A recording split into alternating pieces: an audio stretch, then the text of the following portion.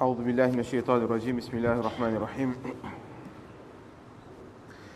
وإذا رأيتهم تعجبك أجسامهم وإن يقولوا تسمع لقولهم كأنهم خشب مسندة يحسبون كل صيحة عليهم هم العدو فاحذرهم قاتلهم الله أنى يؤفكون. Alors Allah subhanahu wa ta'ala toujours il explique le caractère des hypocrites, des munafiqs. Allah ta'ala dit wa idha ra'aytahum. Allah parle au prophète sallallahu alayhi wa sallam. Il dit et quand tu les vois, tu'jibuka ajsamuhum. Alors leur corps t'impressionne. Leur corps t'impressionne de par leur grandeur, de par leur gabarit, mais également de par leur manière d'être. Quand tu les regardes, alors tu es impressionné par leur manière d'être, la manière de leur corps, leur habillement, etc. Et s'ils parlent, tasma' li qawlihim, alors tu es attentionné à leurs paroles. Tu es attentionné, tu portes beaucoup d'attention à leurs paroles, la manière dont ils parlent avec éloquence. Ils utilisent des phrases bien tournées. Ils sont éloquents dans leurs paroles, mais ka'annahum khushubun musannada. Mais ils sont comparables à des bûches appuyées, à des bois appuyés. C'est-à-dire les bois, Allah Ta'ala donne la comparaison ici, comme des morceaux de bois qui sont posés, qui sont appuyés. Quand tu passes à côté, tu donnes un coup de pied dedans, alors le bois il tombe. Donc en apparence, le bois peut être gros, d'accord, ou bien peut-être le bois il peut être sculpté, mais le fait qu'il est appuyé, lui-même il n'a pas de stabilité tout seul. Donc ces hypocrites, ils sont de la même manière. Ils prennent appui sur les autres pour pouvoir se faire une place de la société, mais en réalité, à l'extérieur, il est beau, à l'extérieur, il est grand, il est fort, mais à l'intérieur, il est métamorphosé. À l'intérieur, ce iman, il a transformé ce iman en kufr, en infidélité. Donc, il est vide à l'intérieur, exactement comme ce bois, à l'extérieur, il est joli, mais à l'intérieur, il est vide. يَحْسَبُونَ كُلَّ صَيْحَةٍ عَلَيْهِمْ. Et ils pensent que chaque cri est dirigé vers eux. يَحْسَبُونَ كُلَّ صَيْحَةٍ عَلَيْهِمْ. Ils pensent que chaque cri, chaque brouhaha qu'il entend, chaque chose qui évacue un petit peu, les pas habituels, alors tout de suite, ils pensent que ça s'est dirigé vers eux. Lorsqu'ils voient qu'il y a un petit programme par là, et que eux, qu'est-ce qu'ils ont comploté derrière le dos des musulmans, alors ils pensent que ces personnes-là en train de, ils vont nous découvrir là.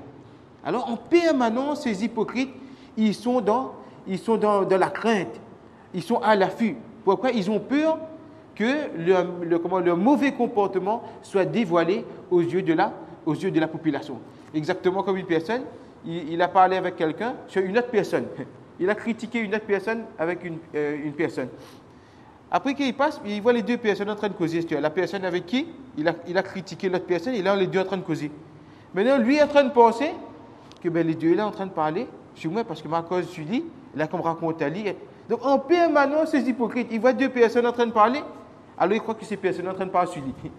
Ces personnes en train de critiquer Ali. Pourquoi? Parce que lui-même, son affaire n'est pas nette. Lui-même, il est en permanence en train de faire la dilafée, etc. Donc il pense que les autres aussi en train de perdre leur temps en train de faire la dilafée sur eux. La personne qui est comme ça, il pense aussi que les autres sont pareils. Et le croyant, non. Le croyant, de par son caractère il est transparent. Il n'a pas d'animosité, il n'a pas de rancune, il n'a pas de haine envers qui que ce soit. Il veut le bien pour tout le monde. Il pense le bien pour tout le monde. Et l'hypocrite, en permanence, il est de cette angoisse. Humul adu fahdharhum. Allah Ta'ala dit humul adu. C'est eux-mêmes l'ennemi. Allez pas chercher loin l'ennemi. C'est ceux qui côtoient la même, qui sont proches de toi la même, au prophète d'Allah ou les sahaba. Ce sont eux-mêmes vos ennemis. Fahdharhum. Protégez-vous. Prenez garde de ces ennemis-là, de ces hypocrites-là. Qatalahumullah. Qu'Allah les extermine. Qu'Allah les châtie, qu'Allah les extermine. Anna yu'fakun. Comment sont-ils détournés? Comment ces personnes-là, ils peuvent être détournés de la vérité vers la fausseté?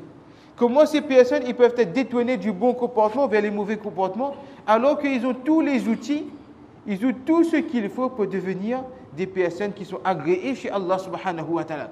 Ils ont tout pour devenir des personnes qui emmènent la paix de la société, qui propagent la paix, qui emmènent le positif. Mais eux, comment ils peuvent être détournés de ce droit chemin-là? وإذا قيل لهم تعالوا يستغفر لكم رسول الله لووا رؤوسهم ورأيتهم يصدون وهم مستكبرون. Et lorsqu'on leur dit ta'alaw, venez, yastaghfir lakum rasulullah, afin que l'envoyé d'Allah, le prophète d'Allah, demande pardon pour vous.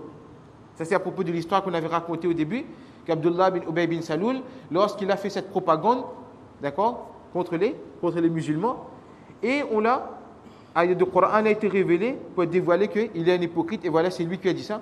On lui a dit, ben, allez voir le prophète sallallahu alayhi wa sallam.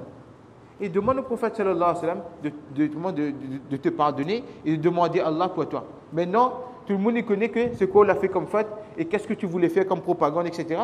Va demander pardon. Alors qu'est-ce qu'il a dit? Il a dit comme ça, déjà, vous allez dire, Mamen Iman. Elle dit, mais donne zakat, de mes biens, j'ai donné zakat. Elle dit, qu'est-ce que vous voulez que maintenant? Vous voulez que m'emmener jusqu'à se prosterner devant le prophète? C'est ça que tu veux? Et l'hypocrite, il fait comme ça. Il va dans l'exagération. Il va demander à lui quelque chose sincèrement, mais dans le fait qu'il ne veut pas faire, etc., ben, il va dans l'exagération afin de se mettre en zone de protection. Comme certaines personnes ne veulent pas côtoyer les autres. Alors il fait comme si il est en colère. Comme ça, il est sûr que personne ne côtoie pas lui, personne ne demande pas lui quoi que ce soit, personne ne demande pas lui de l'aide. Il fait semblant il se met en zone de protection. Le croyant, non. Le prophète sallallahu alayhi wa sallam a dit, Allah, il aime le croyant qui est fort et qui se mixe avec les gens. Qui est, on va dire, qui est sociable, qui regarde les gens. Est-ce que les gens ont le besoin? Est-ce qu'il y a quelqu'un qui est malade? Si quelqu'un a besoin de quelque chose, il peut être approché. Le croyant, ce n'est pas quelqu'un qui ne peut pas être approché. Le croyant, il est accessible. Comme le prophète sallallahu alayhi wa sallam. Quel était le niveau du prophète sallallahu alayhi wa sallam? Mais comment le prophète sallallahu alayhi wa sallam était accessible? La preuve, même un hypocrite, il pouvait venir au prophète sallallahu alayhi wa sallam, mais il te dit au prophète sallallahu alayhi wa sallam des paroles, parce que le prophète sallallahu alayhi wa sallam était accessible. Il était au service des autres. Donc de la même manière, Allah subhanahu wa ta'ala dit, voilà, Abdullah bin Ubay bin Salul, quand on lui a dit de venir auprès du prophète sallallahu alayhi wa sallam pour demander que Allah demande pardon, alors qu'est-ce qu'il a fait? Lui et ses camarades, qu'est-ce qu'ils font? Alors ils détournent, ils bougent leur cou. Ils disent comme ça, ne fais pas ça à nous. Ça c'est un signe d'humiliation pour nous. À nous demander de nous excuser, alors que son erreur est apparent, mais même que ça aussi, il ne veut pas aller demander pardon. Et ils s'en détournent. Ils se détournent, alors qu'ils sont enflés d'orgueil. C'est par orgueil que ces personnes ne veulent pas se soumettre, alors qu'ils savent qu'ils ont tort, ils ont créé beaucoup de tort de la Ummah, mais ils ne veulent pas demander pardon par orgueil. Sawa'un alayhim astaghfarta lahum am lam tastaghfir lahum lan yaghfir Allahu lahum. C'est égal pour eux, pour ces hypocrites, que tu demandes pardon pour eux ou que tu ne demandes pas pardon pour eux. Ils n'ont rien à faire avec toi. En apparence, il fait semblant que voilà, ils t'aiment, etc.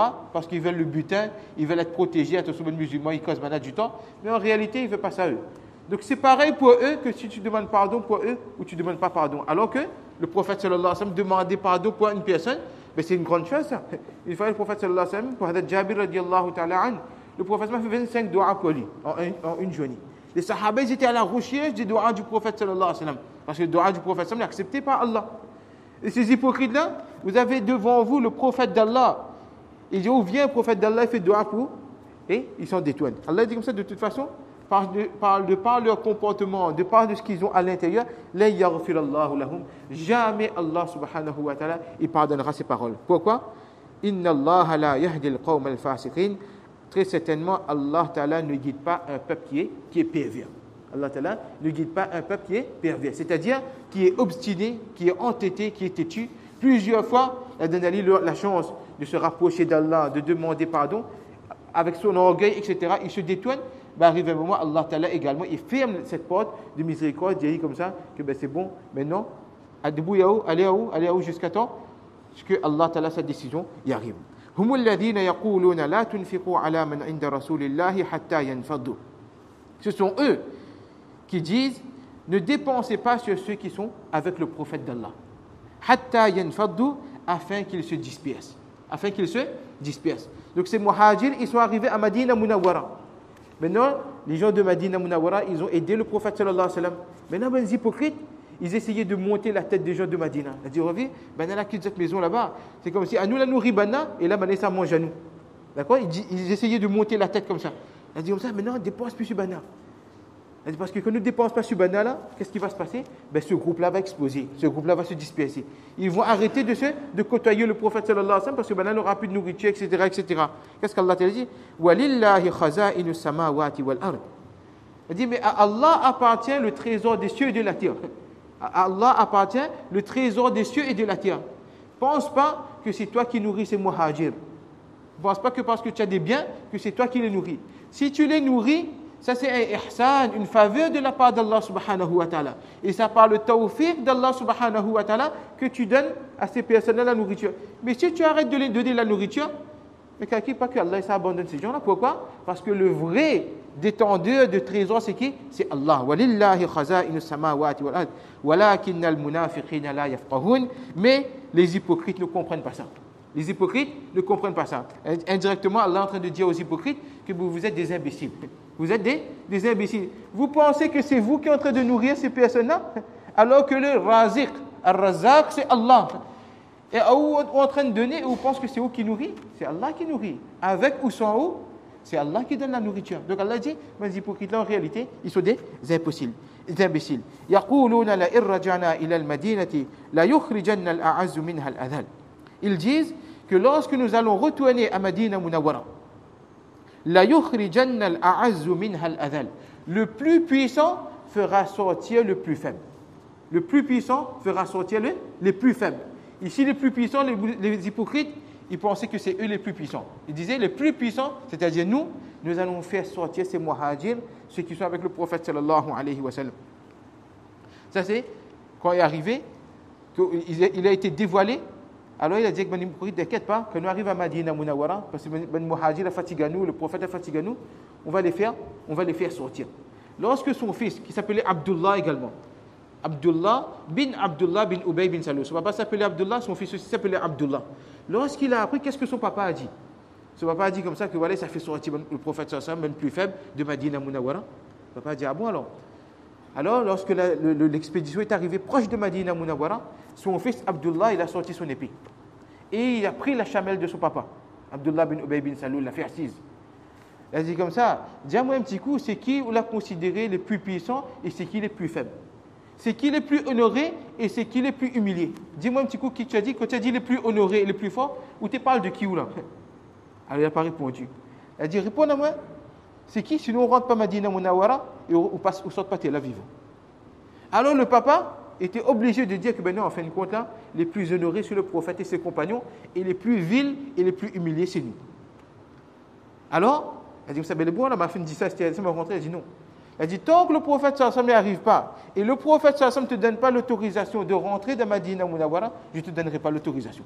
Là, le prophète sallallahu est arrivé, et elle dit non, là, elle dit, laisse-y rentrer. Laisse-y rentrer à Madina Munawwara. Pourquoi? Parce que les Sahaba, lorsqu'ils ont embrassé l'islam, ils avaient ce lien fort avec leur famille, avec leurs parents. Ça, c'est des récits qui nous montrent que le lien qu'ils avaient avec Allah et son prophète sallallahu alayhi wa sallam était plus fort que tous les autres liens. Le prophète sallallahu alayhi wa sallam n'est pas venu pour casser les liens familiaux. Mais ça a montré quel amour les Sahaba avaient pour Allah et son prophète sallallahu alayhi wa sallam. Allah subhanahu wa ta'ala dit Walillahi al-izzatu wa li rasulihi wa lil mu'minin. Les hypocrites, ils pensent que c'est eux qui ont l'honneur. Allah dit non, l'honneur appartient à Allah et son prophète et aux croyants. Ce sont les croyants qui ont cet honneur. Walakinnal munafiqina la ya'lamun, mais les hypocrites ne comprennent pas.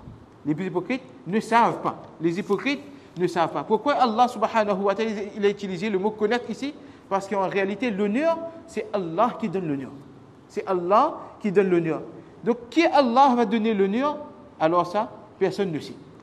Et de l'autre côté, Allah dit la yafqahun, ils ne comprennent pas parce qu'ils dépensent et ils croient que c'est eux qui nourrissent. Donc Allah dit comme ça qu'eux, ils sont des imbéciles. Donc Allah subhanahu wa ta'ala nous tawfiq, Inch'Allah, d'amener des qualités des croyants en nous et de se protéger, de s'abstenir des qualités que le prophète sallallahu alayhi wa sallam a décrit, que c'est les qualités des hypocrites. Wa akhiru da'wana, alhamdulillahi rabbil alamin.